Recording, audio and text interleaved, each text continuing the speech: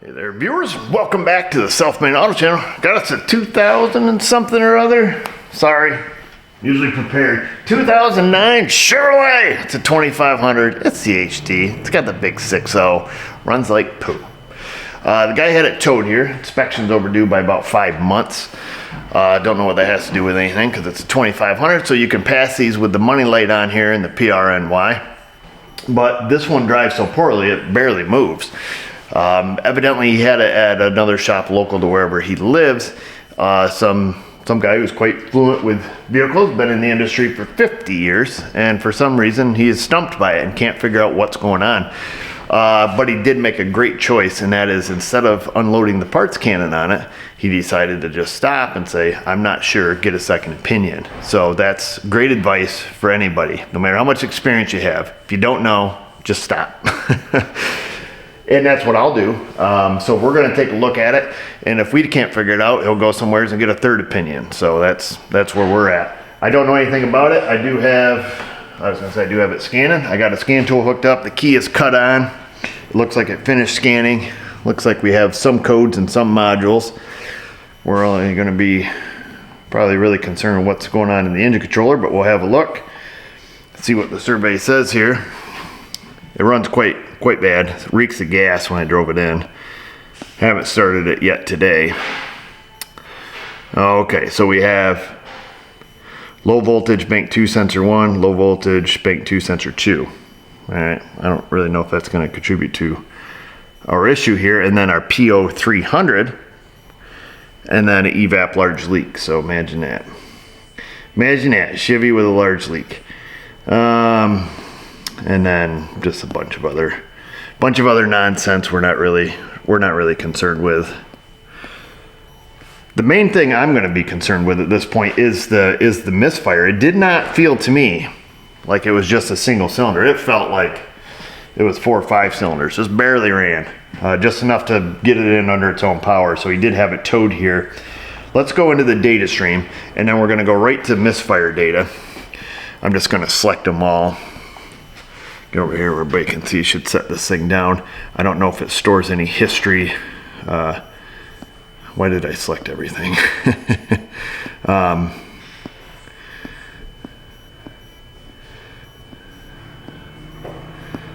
Let's see if it had misfire history. Okay, here we go. Misfire history. That's what we wanted. Oh, that's interesting. It's like a whole bank. Cylinder 2, 4, 6, and 8.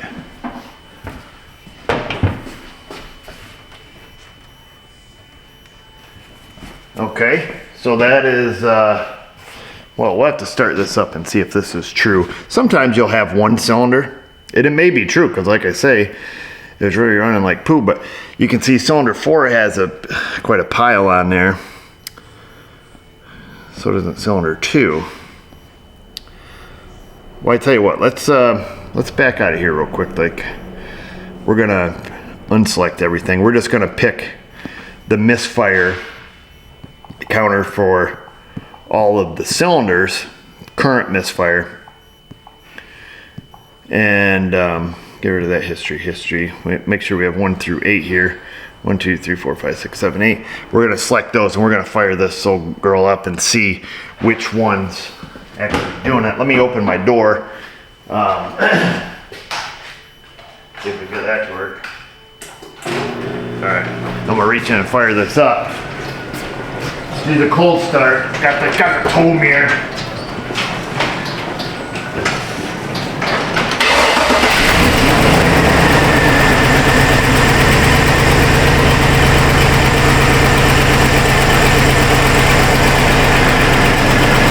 Showing 0. Let me get something on here so we know it's live.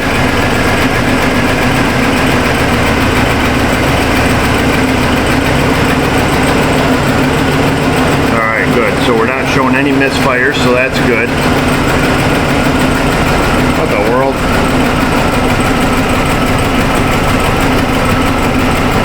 I don't know why it's not showing misfire data. Stand by. I gathered a little info. I should have brought you along, but I didn't. Looking at misfire data, it would occasionally count a misfire on cylinder 2. Truck's running extremely poorly, absolutely reeks of gasoline. That I had to back it outside, and I was just going through some data. It's kind of interesting, both O2 sensors on this side are reading near 0 volts, you know, super lean. When it was calculating fuel trim, the short-term fuel trim went to plus 30. Left bank of the engine, you know, fuel trim was okay. Right bank, it was at plus 30. You know, of course, it sees those O2 sensors running lean. Now, know that when a engine misfires, you know, when there's no combustion, even if there's raw gas in the cylinder, the O2 sensor is still going to see it as lean. So anytime we have a misfire, you know, you pull a plug wire off, all of a sudden that cylinder just turns into a giant air pump. Even though there's raw fuel in it, hydrocarbons, the O2 sensor doesn't detect it. That's the easiest way to put it. So it tells me that I've never seen one, you know, yank it up to, you know, 30% or make the O2 sensors go, you know, dead, 0 volts. I'm going to assume that we have a whole bank that's not firing. That's my guess, just based on how it's running. You know, giving it some, you know, some throttle snaps. It does not sound like a single cylinder, even though it was only counting misfires in number 2. We're gonna kind of go old school. I don't know what's been done, but we need to gather some data. But it burns heavily of gasoline in here. It stinks to beat the band.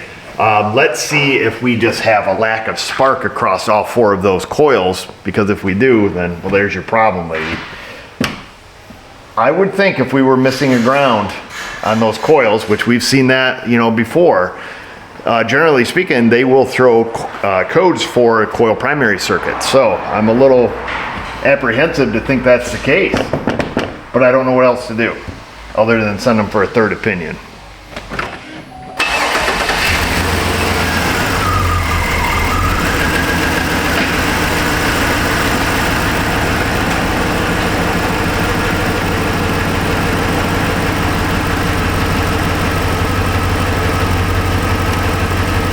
That's 2 coils unplugged, no change.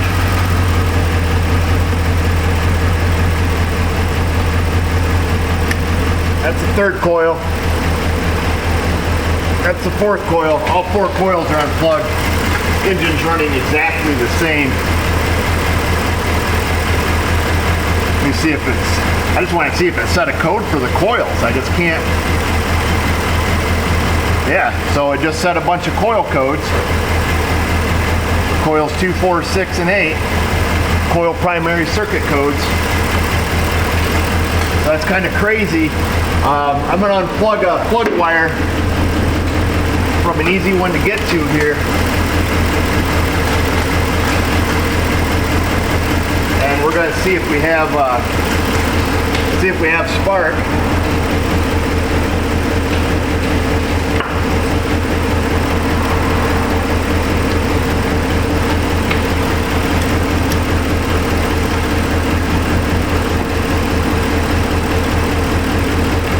Not seeing any spark come out of there. Let me shut it off, clear the codes in case it turns off that coil driver circuit. Wow, dude, this thing is so gassy. And all the freaking doors open too. So a couple things that I'm finding interesting here. One thing is that I find interesting is that it's not accruing misfires consistently on the misfire counter. You know, engine light's in there, it's blinking, it's going bananas. It appears we have no spark, but it's just pouring fuel in these cylinders because it's not recognizing the misfire for some reason, and it's not turning off the injectors like it should. You know, generally speaking, when they develop a misfire, it will turn off the injectors. I looked in scan data, and it does not say injector disabled due to misfire because it doesn't recognize the misfire. It's kind of bizarre. Coils are plugged in. I'm going to leave this coil boot loose. I'll leave this coil boot loose as well. And we're gonna clear the codes. Sometimes when you set a ignition coil fault, it will automatically turn off that driver, so you have to reset the codes. I don't know if GM does that, but it's just something that we do as a precaution. Contact.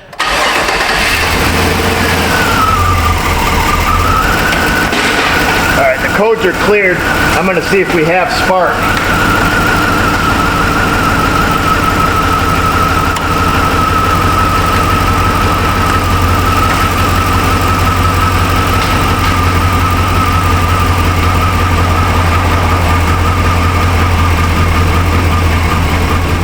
Got no spark there. No spark there. Okay. Let me shut it off.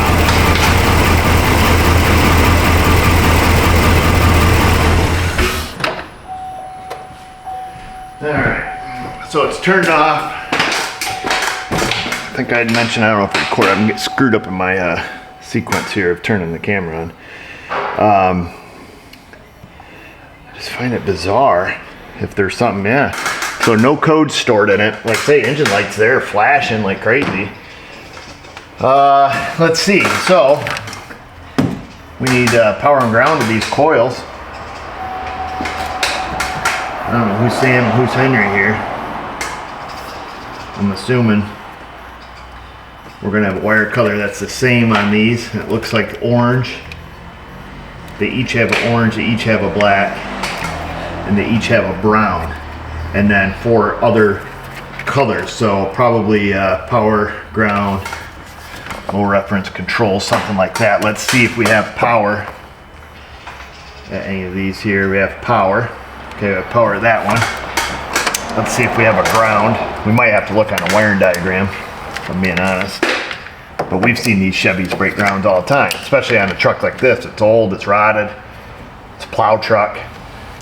We're certain it's probably gonna have a bad ground. I can almost guarantee it, but I could be wrong. We'll see if this wire's a ground. If it is, it's not.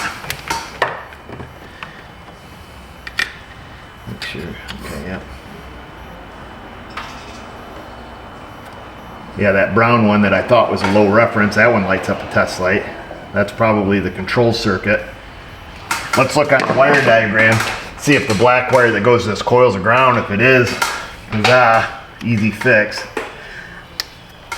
Kind of bizarre though that it doesn't throw a, well, it wouldn't be bizarre if it's just looking at the coil control circuit, because the control circuit technically would be intact.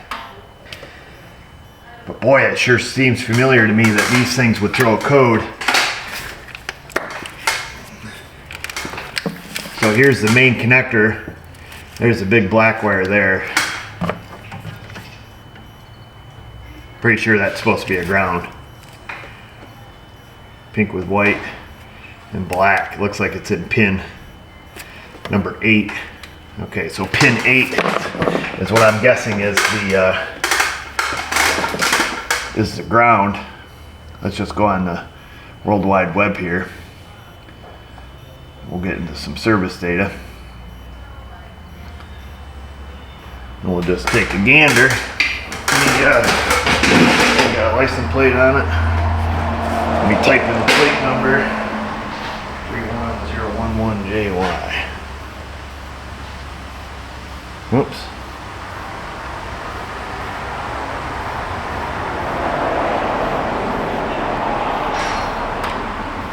There's that. We are in the People's Republic of New York. See what it says. 09 Chevy. And then we're just going to grab a wiring diagram here. Whoa, dude.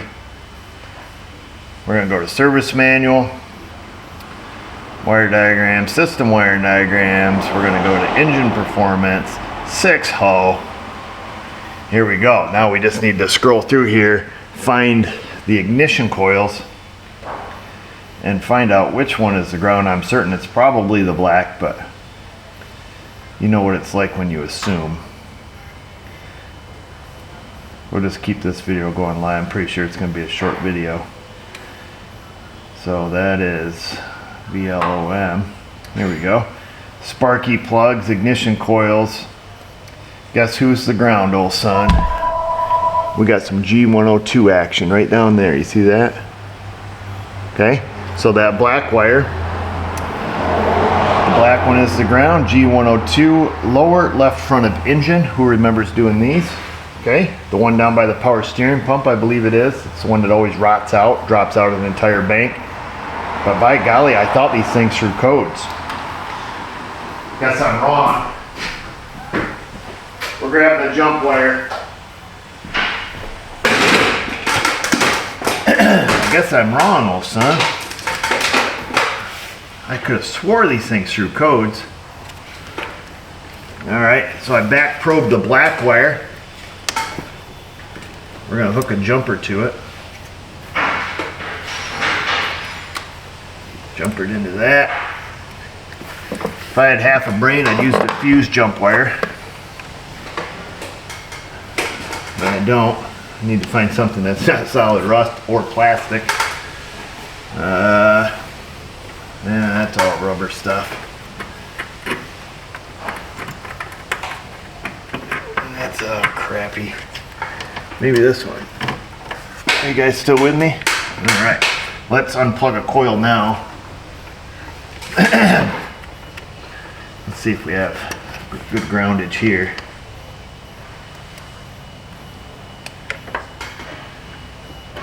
What the world?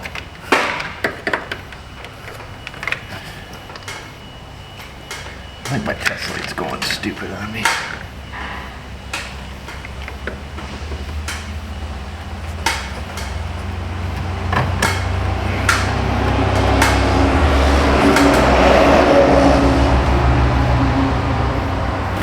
Maybe I'm doing it wrong. Yeah.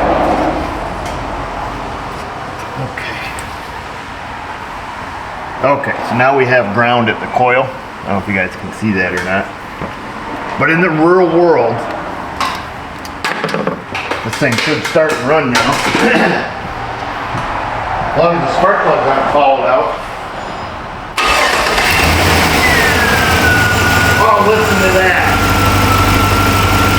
Chevy Thunder! Smooth as a kitten now. Nice kitty. Nice kitty. So you go like this. Okay, now it's bad. I'm gonna let her kind of burn out some of the gasoline here. But that's it, I guess. Kind of a stupid video. Let's go give her the old Italian tune-up outside to get rid of some of these gas fumes. Oh my gosh, it smells so bad. This freaking exhaust must be just full of fuel.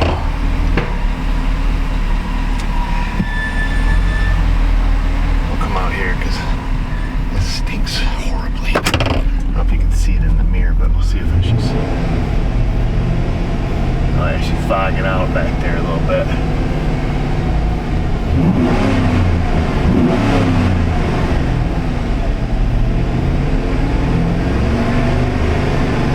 So I'm just gonna kind of hold it here about 2,500.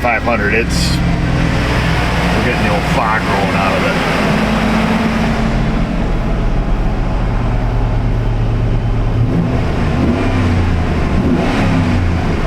Like I said, I'm sure the old exhaust system's right full of gas, so.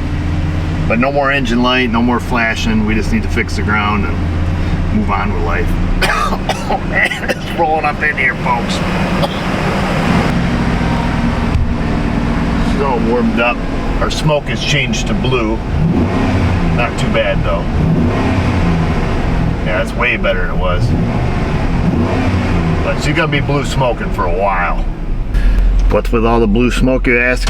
Well, when it fills the exhaust system full, you know, all the oils and stuff that are in the exhaust, you know, everything's saturated, the, you know, muffler packing saturated. And of course, I have no idea how long this has been driven with, you know, those 4 cylinders not working and just dumping raw gas in the system. So we'll turn this into a little bit of learning. That's kind of a silly video, you know, just 4 cylinders with no spark. All right, no codes, you know, not counting misfires. I don't know why. That really doesn't matter. Something's goofy in the computer or whatever. But I'll tell you this, a lot of folks will forget the fact that when there's a misfire, that the cylinder turns into a giant air pump, okay? So generally speaking, when we look at something like that, so a car comes in, let's say it has a misfire, we will look at, misfire day. Okay, so it's on cylinder, cylinder 2. We'll just pick a cylinder. Oh, cylinder 2 is misfiring. It's counting up misfires. Great. What is it? Is it ignition or is it fuel? And anybody that does this knows that, regardless of if it's ignition or fuel, the upstream O2 sensor is going to see just oxygen being pumped past it, and it's going to make that cylinder look lean. But what we usually do is we will look at the rear O2 sensor, and that's going to tell us the truth. Because if we're missing fuel, the rear O2 sensor will also read lean. But if we're just missing spark, because the converter's working and burning up that raw gas, the rear O2 sensor will be pegged right out rich. So if we went out there and we just pulled the spark plug off, fuel trim's going to skyrocket. The front O2 is going to see it as pumping air, but the rear O2 is going to see that raw fuel going down, providing it doesn't shut off the injector. In this case, both O2 sensors were dead lean, 0 volts, 0.17 millivolts is what, or 17 millivolts is what we had. You guys didn't see it, but I did. But both O2 sensors were lean. It set codes for them, like low voltage, both O2 sensors, and this thing's just literally dumping enough gas in it that it's just making our eyes melt. How come the rear O2 sensor wasn't pegged out rich at that point? That would be a valid question, but if you think about it for just a minute, it's because we had no combustion on any cylinder. If we had one cylinder making combustion enough to heat up that O2 sensor, certainly our front O2 would have been at 0 and our rear O2 would have been pegged out at 900 millivolts. So hopefully that makes sense to you guys. I don't know if you guys use the rear O2 for misfire diagnosis. I certainly do, and it's always a quick way for me to tell, hey, are we dealing with a fuel misfire or an ignition misfire? And that's that. But this is kind of a special circumstance when you have no combustion on any cylinder on those O2s. They're virtually worthless in your diagnosis process. In this case, you just kind of got to go old school. Do we have fuel? Yeah, certainly do. Do we have spark? Nope. Why didn't it set a code? I assume it's because the PCM monitors only the coil control circuit for being complete. Not real sure. Not going to look into it because I don't really care. Let's go fix the ground wire and we will move on with our life. And this guy can drive his truck home and he'll be all happy. Not sure why the first guy missed it. He sounded like he was quite experienced and must have just forgot the whole spark portion of the whole thing. So not sure. It's all right. I've missed some myself, not gonna lie. Well, lots of them. So one thing we want to know now, we know that goes to G102, ignition coils, upper left side of engine. Let's see, I thought it was lower left side of engine. Okay, so upper left side of engine. So we need to find out where that is. So what we're going to do, and the other thing we need to do, is we need to know, is it worth chasing down? And by that I mean how much stuff hooks to G102. And we're going to find it here. There's G101, there's J100. We want to find G102 on our diagram here. That's G107, 104. Did I already miss it? Let me find it here on the diagram, G100. And when I do, we'll make a decision, hey, is this worth looking at, or are we just gonna tie in a ground wire, up here somewhere? Well, it does have several things that hook to it. I'm gonna see if we can't unhook it. This truck is super rotted, so I don't want to put it on the lift. We can do this without breaking any power steering lines or anything. We'll be in good shape. Just got to be really careful what you get next to. Let me grab a longer extension, see if we can't crack this loose. You have to be really cautious. Whoa! Sugar! Right on my belly! Get over here! Ah! Oh boy, there we go.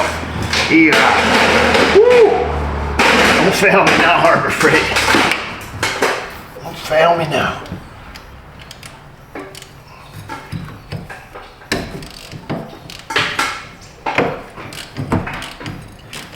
Oh, look at that. Actually came loose. Alright, let's go get a cordless ratchet. Wrong tool here.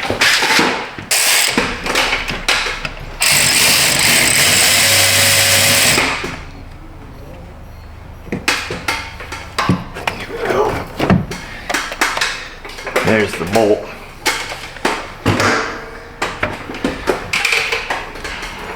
There's the eyelet.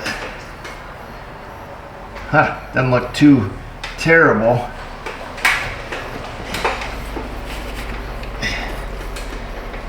Got one big one, two little ones. I don't know if I'll be able to get you guys down here. But just right there on the side of the block, there's ground wire. I'm gonna put a new eyelet on it, fold it back in, see if that fixes it. If not, I'm not going tracing that wire to see where it broke. Just the overall condition of the truck. Like I say, it's super, super rotted. But it is a plow truck. So if putting an eyelet on it doesn't fix it, which generally speaking they do, but if it doesn't, we're just gonna jump our ground over there and call it a day. Well, here's the eyelets I took off. Now this one had the two smaller wires that run the ground for the coils on both banks. I was able to grab the wires and just pluck them out. Now this larger one I believe comes directly from the battery if I remember right. That one I had to cut. And then I did a crimp and seal. Two eyelets on there. When they cool down, we'll tighten them down the block. Like a frickin' ding dong, I leaned on that power steering line down there. I'm really hoping it's not leaking, so everything's all just rigged together. Because if it is, we'll have to put a pump on it because it's the line that comes out of the back of the pump. But this truck is super, super rotted. Alright, it's all tight. Tight. Oh, it's very tight. Let's start it up and then we'll unhook our ground wire. And with a little bit of luck, we'll be good. Contact.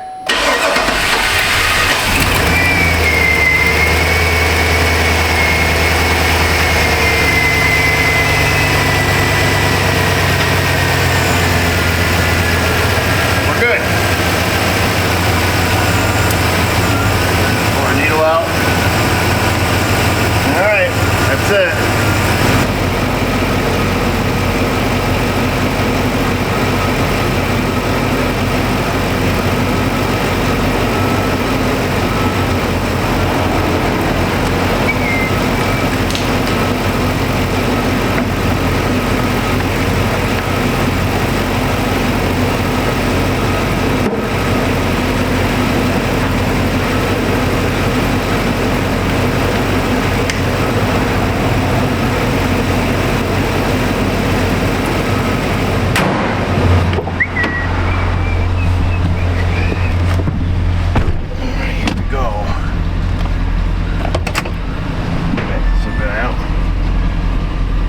Take it for a little chew. I'm gonna suggest that he goes and gets an oil change for sure. Changes his own oil. I don't know what he does, but I'm sure it is flooded with gasoline, or at least slightly diluted. He should be happy though.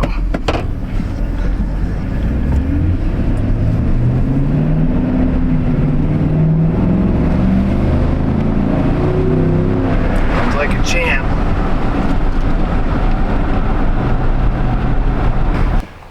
Well, on the way around the block there, we got the infamous money light. Temp gauge dropped down to nothing. It said engine hot, AC off. Of course, it wasn't overheating. Turned on the heater, everything felt fine. I'm assuming because we touched something. I mean, this truck's so rotted, the alternator case is actually snapped. It has so much corrosion built up in the alternator, the whole outside of the case here is actually broke. So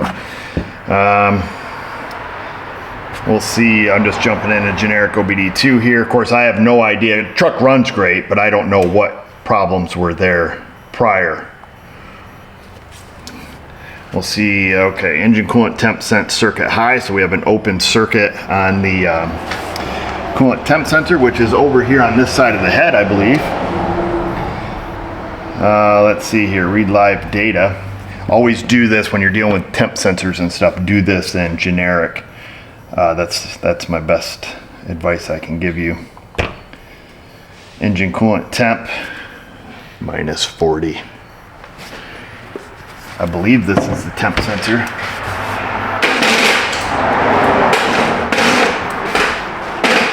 I've been wrong before. Hopefully it's just a bad temp sensor.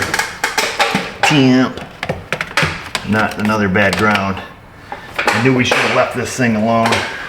open circuit's gonna be, oh, sugar. I think it might even have a bad connector here. Yes, sir. Yep, wire just broke. Okay, let me show you. Okay, not our fault. Just luck of the draw. I unplugged the coolant temp sensor and the wire is broke right at the sensor. So you can see it, one wire snapped right off. Well, you want me to do it? Chop it off? Let me see if Crappa's got a connector for this thing. That's it, folks. Napper's got the connector, but we can't have it for a few hours because it's coming from our secondary napper, and they're a few hours out before we can get it, which is not a big deal. We'll put that on, temp gauge will start working again. We know it has the ability to work because I think it was working in the beginning of this video, but must be when we were down there touching that ground wire, that corroded wire on the back of that connector must have finally said, not today, become disconnected. That answers the age-old question, or we will answer the age-old question, are you going to eat that? Absolutely not. No way. Customers getting charged for the connector and the time to put it on. It's not my fault. It just happens to be in the area we were working. And if you think a shop should eat something like that, you're the problem, because it has nothing to do with what we did. This is an old vehicle. It's super, super rotted. And a lot of times when I see stuff like this, like, you know, that ground wire down there, for example, and you know you got to stick your hands down there by them rotted brake lines and all the rotted power steering lines and everything. Oftentimes I will, you know, call the customer and say, do you want to take a chance, or do we just, you know, jumper it up here and move on with life and leave everything else alone? Because you start getting near stuff, things like that can happen. You know, you get near rotted lines and everything, and that's why I won't even put this truck on the lift. You put this thing on the lift, then it breaks in half, and it's just a big mess. And we try to avoid that. He wanted the misfire fixed. We fixed that. We're moving on. Why don't you guys move on into that comment section? Tell me what you think when you're down there. You always do, and I enjoy that part. That's what I like about you. Insty, Facebook, that's where we're at, and the YouTubes, of course. And just remember, viewers, if I can do it, you can do it. Thanks for watching.